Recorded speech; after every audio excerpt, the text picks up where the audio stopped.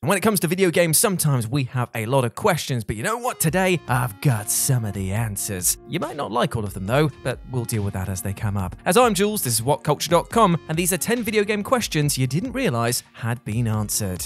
Number 10. What are Mario and Luigi's surnames? Mario. Perhaps the single most passionately discussed aspect of Mario's character is his surname. Though the series' title Super Mario Bros. Might seem to suggest that Mario and Luigi share the last name Mario, in 1989 Nintendo confirmed that Mario's name was not in fact Mario, but a more mainstream lens was shone on the issue in the pretty awful 1993 live-action movie Super Mario Bros., where Mario, played by Bob Hoskins, and Luigi announced their surnames to be Mario. From that point, numerous official Primer strategy guides adopted the namesake, and in 2012, Mario voice actor Charles Martinet also referred to the character as Mario.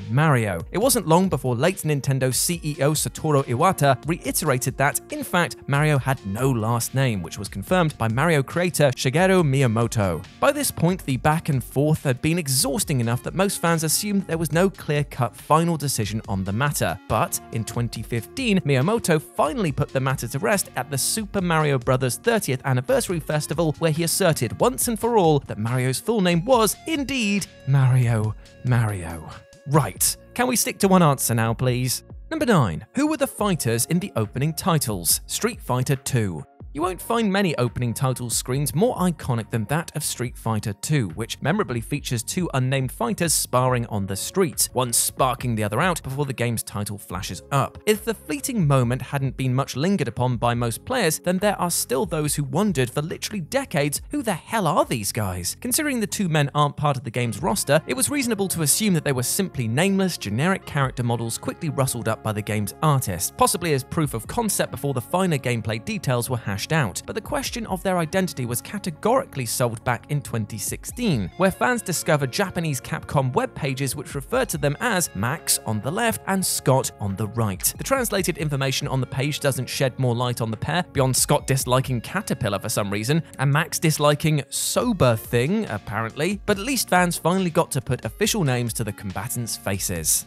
Number 8. How is Captain Price still alive? Call of Duty 4 Modern Warfare. Captain Price is undeniably one of the most recognizable figures in the Call of Duty franchise. He first showed up in the original 2003 game, which is set during World War II, and ends up dying mid-game when helping the player infiltrate a disabled Nazi battleship. Price then returns for the sequel in levels set prior to his death, though seems to defy both time and mortality altogether by returning again for the groundbreaking fourth game, Call of Duty 4 Modern Warfare. Many players were confused that Price, now named John Price, would be in a game at all, given both his death and the fact that Modern Warfare takes place in 2011, almost 70 years after he supposedly died. Even if he were still alive, he'd be so old. But the truth eventually emerged during a 2011 interview with a character designer for Infinity Ward, who stated that the new Captain Price was actually the grandson of the original Price and not an attempt to rewrite history of the original character. Number 7. Is Sans or Papyrus the older brother?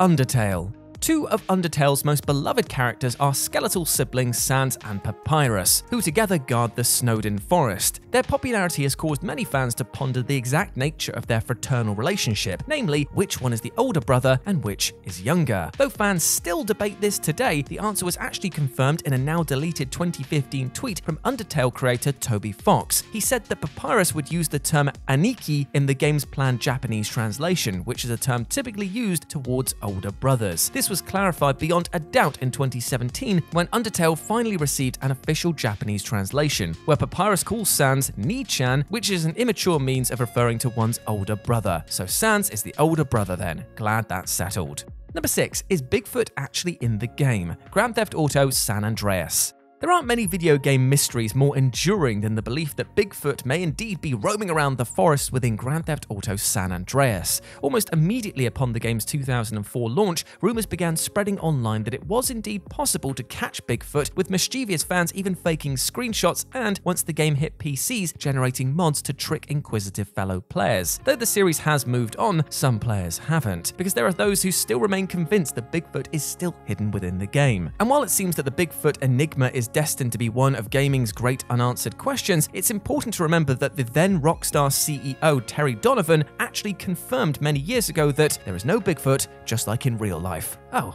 okay then.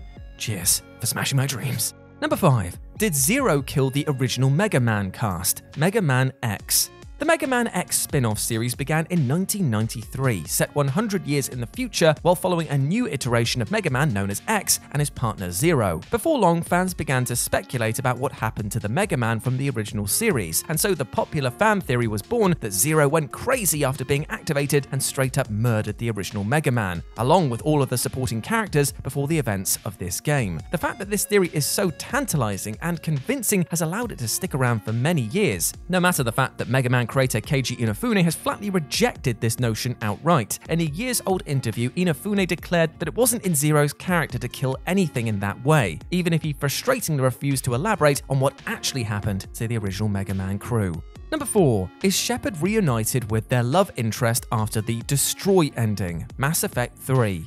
Mass Effect 3's highly controversial series of endings left fans pretty frustrated to say the least, and even the addition of a more fleshed-out Director's Cut DLC couldn't compensate for the fact that this trilogy-capping epic concluded with a bit of a whimper. Of the many questions fans were left with at the end of the game, one stuck out for those players who selected the Destroy ending while having a high enough EMS or effective military strength rating. This would end the game with Shepard destroying the Reapers and all synthetic life, seemingly sacrificing themselves in the process. However, the closing cutscene does in fact hint at Shepard's survival, with a glimpse of Shepard breathing amidst some rubble and the player's love interest throughout the game hesitating to place their name on a commemorative wall in mourning. This raised one question amongst heartbroken fans: did Shepard's lover, whoever they were, ever get back to them? Well, in 2017, Mass Effect 3 writer Mac Walters offhandedly confirmed on Twitter that Shepard was indeed reunited with their love interest, but didn't care to expand any further. Number 3. What is the entity? Chrono Trigger. In the 25+ years since the release of Chrono Trigger, Western players have fixated on the mystery of the entity, the mysterious being which created the time gates featured throughout the game and is effectively manipulating the game's events. Fans have speculated that the entity could be God, or in a rather meta twist, even the player themselves, who the characters appear to kind of be semi-conscious of. But in a recent interview, one of the game's writers, Masato Kato, confirmed that the entity is intended to refer to Mother Earth, who has effectively been willing the heroes to destroy the villainous Lavos and end its parasitic hold over the planet. This was more or less spelled out in the Japanese version of follow-up Chrono Cross, but the English localization lacked that same specificity, ensuring what was pretty clearly laid out for Japanese players becoming more of a debate over here in the West. Number 2. Is the medic a Nazi? Team Fortress 2. Ever since the release of Team Fortress 2, there has been rabid speculation on the precise nature of the support character simply known as the Medic. Because the Medic is a German doctor with little regard for medical ethics and also a middle-aged man living in the 1960s, some have suggested that he could very well be a not-so-subtle Nazi. This sentiment is exacerbated by other aspects of his characterization. For one, the Medic will periodically quip, "I am the Übermensch," referring to a philosophical concept coined by Friedrich Nietzsche, which was ultimately co-opted by Hitler and the Nazis to refer to the superior Aryan race. Collectively, these traits have caused players to consider if the Medic is a Nazi or at least Nazi adjacent. During a tour of their offices, Valve reportedly confirmed to a fan back in 2009 that the Medic is not and never has been a Nazi. While the world is a hugely different place today than it was in 2007 when Team Fortress 2 came out, it's not hugely surprising that Valve didn't want to cop putting a playable Nazi in their game. Evidently, the simplest answer was also the right one. And number 1, is Toad's mushroom cap a hat or his head? Mario.